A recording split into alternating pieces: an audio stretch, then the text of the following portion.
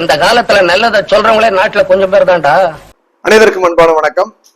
தூத்துக்குடி ஆசிரியர் திருமண்டலத்துல ரொம்ப அமைதியா ஆட்சி சென்று கொண்டிருக்கிறதா நினைக்கிறேன். ஏன்னா பாத்தீங்கன்னா இப்பொழுது பிரம்பை யாரும் தேடுவதே இல்லை. பிரம்பு அப்படின்னா அவங்க கையில வைக்கிற பிரம்பு இல்ல, ஊடக வலைதளமான என்னுடைய பிரம்பு நீங்க ஏறக்குறைய மறந்து விட்டதாகவே நான் நினைக்கிறேன்.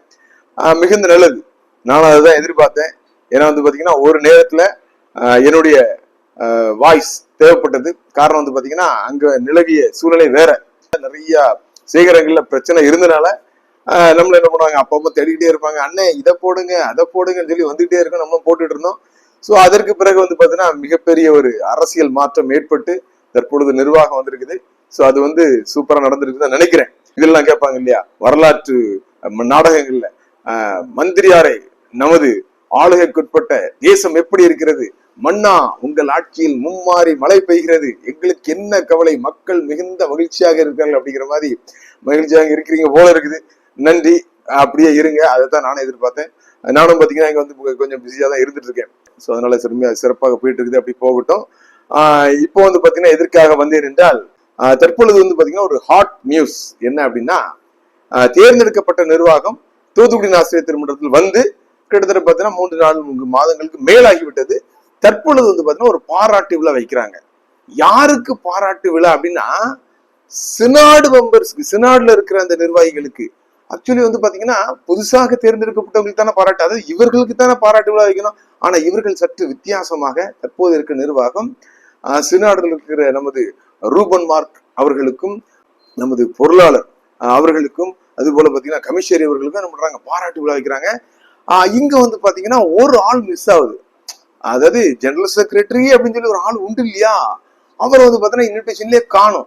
இப்ப இது நம்ம கண்ணில் பட்ட உடனே என்னடா இது புதுசா இருக்குது. இப்ப ஜெனரல் செக்ரட்டரி அப்படிங்கறத பாத்தீங்கன்னா சிஎஸ்சில பவர்ஃபுல் போஸ்டிங், அவர் அழைக்காம பண்றாங்களே. ஒருவேளை பாத்தீங்கன்னா நமது தற்போது இருக்கின்ற நமது பொருளாளர் DKM ஜான்சன் பாத்தீங்கன்னா ஒரு மைக்ல பிடிச்சு முழங்கினாங்க இல்லையா.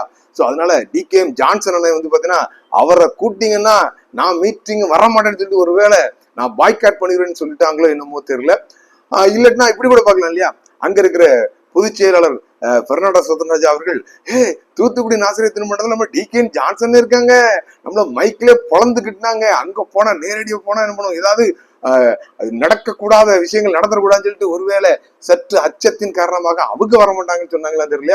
சோ எதுவோ திரைமறைகள் நடந்திருக்கு. ஏன்னா பாத்தீங்கன்னா இவர்கள்லாம் முன்மூர்த்திகள். அதாவது ரூபன் மார்க் அவர்களும், அதுபோல பெர்னாண்டோ சத்யராஜா அவர்களும், டாக்டர் விமல் சுகுமார் அவர்களும் பாத்தீங்கன்னா எங்க போனாலும் ஒன்னதான் போவாங்க.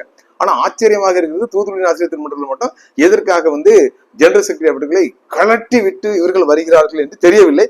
இன்னொரு தகவலும் சொல்றாங்க, நமது விமல் சுகுமார் அவர்கள் பாத்தீங்கன்னா வருவாரா என்று ஒரு சந்தேகம் இருக்குன்னு சொல்றாங்க. அது போல இன்னொரு தரப்புல என்ன பேசுறாங்கன்னா, இப்போ இந்த மேண்டேட் போட்டாச்சு, அதாவது பேராயர் தேர்தலை நடத்த சொல்லியாச்சு. இந்த நேரத்துல நமது ரூபன் மார்க் ஐயா பிரதம பேராயர் இங்க வந்தா தற்போது இருக்கிற நிர்வாகத்திற்கு இசைவாக சில வேலைகளை செய்வாங்களோ அப்படிங்கிற மாதிரி என்ன பண்ணும், பொதுமக்கள் மத்தியில் ஒரு சந்தேகம் ஏற்படும். சோ அதனால அவரும் வருவாரான்னு தெரியல, ஆனாலும் வந்துருவாரு. அது பாத்தீங்கன்னா இவர்கள் தற்போது இருக்கிற நிர்வாகத்தினர் சாதகமாக எடுத்துக்கொண்டு, பத்தியா சினாட எங்க கையில தான் இருக்குது, நாங்க நினைக்கிற ஆளுதான் பாத்தீங்கன்னா என்ன பண்ணுவாரு, பேராயிரம் வருவாருன்னு சொல்லிட்டு மக்கள் என்ன பண்றாங்க, பொதுவாக நினைக்கிறாங்க. அதாவது இப்பொழுதே இவர்கள் சொல்லுகிற ஆள் தான் பாத்தீங்கன்னா பேராயர் அப்படிங்கிற அளவுக்கு வந்துருமோன்னு சொல்லி சில பேச்சு நடக்குது.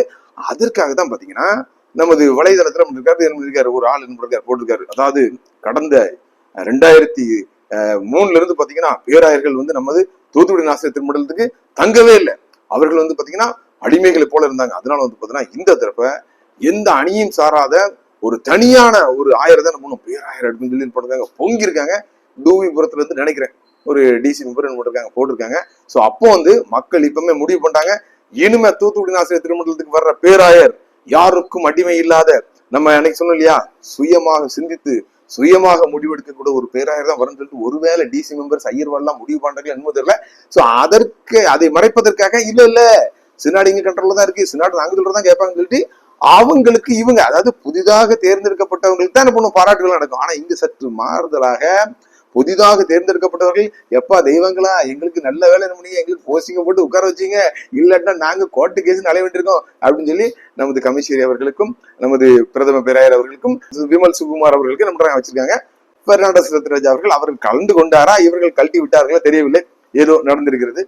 கர்த்தர் நமக்கு பெரிய காரியங்களை செய்தார், இது நிமித்தம் மகிழ்ந்திருக்கிறோம். Okay, happy. தென்னிந்திய திருச்சபை தூத்துக்குடி நாசிரியர் திருமண்டலம் மாபெரும் வரவேற்பு மற்றும் பாராட்டு விழா அழைப்பு தானே சொன்னேன் இல்லையா, அவங்களுக்கு இவங்க பாராட்டு விழா வைக்காங்களாம். அன்புடையர் வாழ்த்துக்கள். நமது திருமண்டலத்தின் சார்பில் 17/5/2020 ஞாயிறு வர ஞாயிற்றுக்கிழமை அன்று மாலை 6 மணிக்கு கால்வெல் மேல்நிலைப்பள்ளி வளாகத்தில் வைத்து நமது சிஎல்ஐயா அது என்னங்க சிஎஸ்ஐ பாருங்க, என்னங்க நீங்க இது கூட மிஸ்டேக் பார்க்க மாட்டீங்க. எத்தனை பேருக்கு போவோம், இந்த இதை கொண்டு போய் அங்க கொடுத்தீங்க, அவங்க ஒரு மாயில நினைப்பாங்க. சிஎல்ஐன்லாம் போட்டிருக்கு, பார்த்து இந்த மிஸ்டேக்ஸ் என்ன பண்ணும், ப்ரூஃப் கரெக்டா பார்க்கணும். சிஎல்ஐன்னு போட்டிருக்கீங்க. சிஎல்ஐ சினாடு கழக உத்தியோகஸ்தர்களுக்கு பாராட்டு விழா நடைபெற உள்ளது, அனைவரும் பங்கு கொள்ள அழைக்கிறோம். பாராட்டு பெறுபவர்கள் பேராயர் பெருத்திரு முனைவர் ரூபன் மார்க் அவர்கள், பிரதம பேராயர் தென்னிந்திய திருச்சபை, முனைவர் பேராசிரியர் விமல் சுகுமார் அவர்கள், பொருளாளர் தென்னிந்திய திருச்சபை. நான் சொன்னேன் இல்லையா, நமது செக்ரட்டரி ஜெனரல் செக்ரட்டரி என்ன கூடல கழட்டி விட்டாங்க. அடுத்தது பேரெழுத்து அறிஞர் நமது வராது பிரசாத் ஐயா, வரப்பிரசாத் ஐயா போட்டிருக்காங்க. பிரதம பேராயர் ஆணையர் தூத்துக்குடி.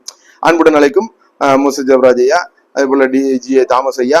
இவங்க 2 தான் பாத்தீங்கன்னா அந்த பேனல்ல வர்றதா பேசிட்டு இருக்காங்க. ஒருவேளை டீலிங் வைக்காங்களோ தெரியல. உயர் திரு எஸ் வி ராஜநந்தன் அவர்கள் லே செயலர், DKM ஜான்சன் நம்ம ஆளு. ஓகே, இப்போ போது அனைத்து குருமார்கள் எல்லாரும் வருவாங்களா? வந்துருவாங்கல்ல, சரி. திருமண்டல நிர்வாக உறுப்பினர்கள் மெஜாரிட்டி இவங்க தானே இருக்காங்க. திருமண்டல பெருமண்ட உறுப்பினர்கள். குறிப்பு, நிகழ்வு முடிந்தது இரவு உணர்வு மட்டன் சாப்பாடு ரெடியா இருக்கு உங்களுக்கு. Okay, right. மகிழ்ச்சியாக கலந்து கொள்ளுங்கள். அவர்கள் இவர்களை பாராட்டுறாங்க இல்லையா, இவங்க அவங்கள பாராட்டுறாங்க. நான் என்ன சொன்னது பாத்தீங்கன்னா, எங்களை ஆட்சி பீடத்தில் அமர்த்தியதற்காக நன்றி சொல்லியிருக்காங்க. ஓகே, நன்றி மறப்பது நல்லது இல்லைன்னு சொல்லி நம்ம சொல்லியிருக்காங்க. ஸோ அதனால நன்றியாக சொல்றாங்க. ஸோ இப்போது எனக்கு தெரிஞ்சு பாத்தீங்கன்னா, இந்த மேண்டேட் போட்டதுக்கு அப்புறம் இந்த மாதிரி ஃபங்க்ஷன்லாம் நடத்தக்கூடாது, நடத்துறாங்க. இங்கே பாத்தீங்கன்னா அந்த செலக்ஷன் கமிட்டியில இருக்கிற நமது அவங்கெல்லாம் இதுக்கு பெர்மிஷன் கொடுத்தாங்களா என்னன்னு தெரியல, அவங்க எல்லாம் வராங்களான்னு தெரியல. ஏன்னா அவங்களும் கலந்துக்கிட்டாங்கன்னா இன்னொரு டீம் இருக்கு இல்லையா, இன்னொரு டீம்ல 3 டீம் இருக்குங்க. அவங்களே என்ன பண்ணுவாங்க, சந்தேகப்படுவாங்க, அது எப்படி நடத்தலாம், ஒரு பேராயர் தேர்தல் அறிவிப்பது பிறகு நடத்துறது தப்பு இல்லையான்னு சொல்லிட்டு நமது என்ஜிஆர் கிறிஸ்டோபர் செல்வராஜன் இருக்காங்களா, அவங்கள பார்த்து முறையிடுவாங்களான்னு தெரியல, ஒருவேளை இருக்கலாம். இருந்தாலும் பாத்தீங்கன்னா இவங்க தானே எல்ஐசி என்னது சிஎஸ்ஐ இவங்க தானே எல்லாமே, அதனால நடத்திடுவாங்க. ஸோ நல்லா நடக்கட்டும். இன்னொரு விஷயம் நான் கேள்விப்பட்டேன், தற்போது இருக்க நிர்வாகம் பாத்தீங்கன்னா அந்த தூத்துக்குடியில் இருக்கின்ற அந்த பேட்ரிக் சர்ச், அதாவது இணை பேராலயம் இருக்கு இல்லையா, அதை உடைக்கிறதுக்கு ட்ரை பண்றாங்க தற்போது நிர்வாகத்துக்கு வந்தவர்கள் அப்படின்னு சொல்லி என்னுடைய காதுக்கு வந்துச்சு. அதாவது ஒரு கட்டடத்தை இடிக்கிறது ரொம்ப ஈஸி, அதை கட்டுறது ரொம்ப கஷ்டம். ஆலயம் என்பது நிச்சயமாக காலத்துக்கு ஏற்ப என்ன பண்ணும், விரிவாக்கம் செய்யப்பட வேண்டும். நிறைய பேர் போயிட்டு இருக்காங்க, அதனால இருக்கிறதுக்கு இடம் இல்ல, விஸ்தாரமாக்குறது அப்படிங்கிற மாதிரி இருந்தா பரவாயில்ல. ஆனா சிஎஸ்ஐ பொறுத்தவரை பார்த்தீங்கன்னா ஆட்கள் குறைஞ்சிட்டு தான் இருக்கு, நம்ம போடுற அடிப்படை சண்டையில. ஸோ எதற்காக அதை உடைக்கிறாங்க. ஸோ அதற்கு ஒரு குரூப் எதிர்ப்பும் சொல்லுது, அது என்ன அப்படிங்கிறது தெரியல. அங்கிருந்து சில தகவல்கள் வந்து கொண்டிருக்கிறது. என்னை பொறுத்தவரை இந்த நிர்வாகம் கட்ட வேண்டும் என்றால் உடனடியாக நீங்கள் கட்ட வேண்டியது நமது தூத்துக்குடி நாசிரியர் திருமண்டலத்துக்கு ஒரு அலுவலகம் கண்டிப்பாக வேணும். நிச்சயமாக அது கால்டுவல் பள்ளி வளாகத்துக்கு இருக்கக்கூடாது என்பதுதான் எங்களுடைய ஆசை, எல்லாருடைய எதிர்பார்ப்பு. ஏற்கனவே முன்னாள் நிர்வாகம் பார்த்தீங்கன்னா அந்த கட்டின அந்த அலுவலகத்துல பார்த்தீங்கன்னா நிறைய ஊழல் நடந்துதான் சொன்னாங்க. ஆனா இப்போ பார்த்தீங்கன்னா இவங்ககிட்ட சத்தமே இல்லை. கிட்டத்தட்ட பார்த்தீங்கன்னா 12 கோடி கணக்கு காட்டிட்டு 4.5 கோடி தான் கட்டிருக்கான்னு சொல்லிட்டு பாத்தீங்கன்னா நமது மோகன் அருமைநாக அண்ணன் பாத்தீங்கன்னா புள்ளி விவரமா சொன்னாங்க. இதுவரைக்கும் பாத்தீங்கன்னா அவர்கள் மேல் வழக்கு தொடுக்கப்பட்டதா, ஒருவேளை அவர்கள் ஊழல் செய்திருந்தால் அவர்களே என்ன பண்ணும், அவர்களுக்கு தண்டனைகள் போன்று வாங்கி கொடுத்து அந்த ஊழல் செய்த பணத்தை மீண்டும் தூத்துக்குடி நாசிரியர் திருமண்டல அலுவலகத்தின் கஜானாக்களை கொண்டு வருவீர்களா, வந்துவிட்டீர்களா, அதை என்ன பண்ணும் கண்டிப்பா நீங்க சொல்லணும். என்னை பொறுத்தவரை பாத்தீங்கன்னா அது இருப்பது அனைத்தும் பாத்தீங்கன்னா தூத்துக்குடி நாசிரியர் திருமண்டல மக்களின் காணிக்கை பணம். எனவே பாத்தீங்கன்னா அவங்க கட்டினாங்க நாங்க அப்படி போட்டுருவோம் அப்படிங்கிறதுல இல்ல, நிச்சயமாக அது நல்ல இடம் தான். ஏன்னா பாத்தீங்கன்னா இப்ப சிட்டிக்குள்ள பாத்தீங்கன்னா டிராபிக் அதிகமா இருக்கு, நெருக்கடி அதிகமான இடம், அது ஒரு நல்ல ஒதுக்குப்புறமான இடம், நல்ல விசாலமான இடம்.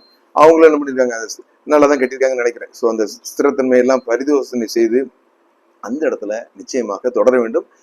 முன்னாள் நிர்வாகம் செய்த நல்ல காரியங்களை என்ன பண்ணக்கூடாது, தற்போது வந்திருக்கிற நிர்வாகம் பார்த்தீங்கன்னா வேண்டாம்னு சொல்லக்கூடாது. மீண்டும் சொல்கிறேன், அந்த தூத்துக்குடியில் இருக்கிற ஆலயத்தை நீங்கள் உடைக்கு முன்பாக அங்க இருக்கிற மக்கள்கிட்ட கண்டிப்பாக கருத்து கேட்பு நடத்தி பெரும்பான்மை மக்கள் ஒருவேளை சரின்னு சொன்னா மட்டும்தான் செய்யணுமே தவிர, நாங்கள் இப்போது அதிகாரத்தில் இருக்கிறோம் என்பதற்காக பார்த்தீங்கன்னா அதற்கு எதிர்த்து நிற்கிறவர்களுக்கு எதிராக செயல்படுத்தி உங்களுடைய ஆசைக்காகவோ உங்களுடைய தேவைக்காகவோ அந்த ஆலயத்தை இடிப்பது சரியல்ல. நான் மீண்டும் சொல்கிறேன், கட்ட வேண்டும் என்றால் நமது தூத்துக்குடி நாசிரியர் திருமண்டலத்துக்கு ஒரு அலுவலகம் நன்றாக அவர்கள் ஏற்கனவே கட்டி பாதியில் நிற்கின்ற அந்த அலுவலகத்தை கட்டும்படியாக அன்போடு கேட்டுக்கொள்கிறேன். அனைவருக்கும் நன்றி. சொல்றவன் சொந்த வாழ்க்கைய பத்தி எல்லாம் கிளறி பார்க்காதே. அவன் சொல்றதுல அறிவுக்கு பொருத்தமா இருந்தா நடங்க.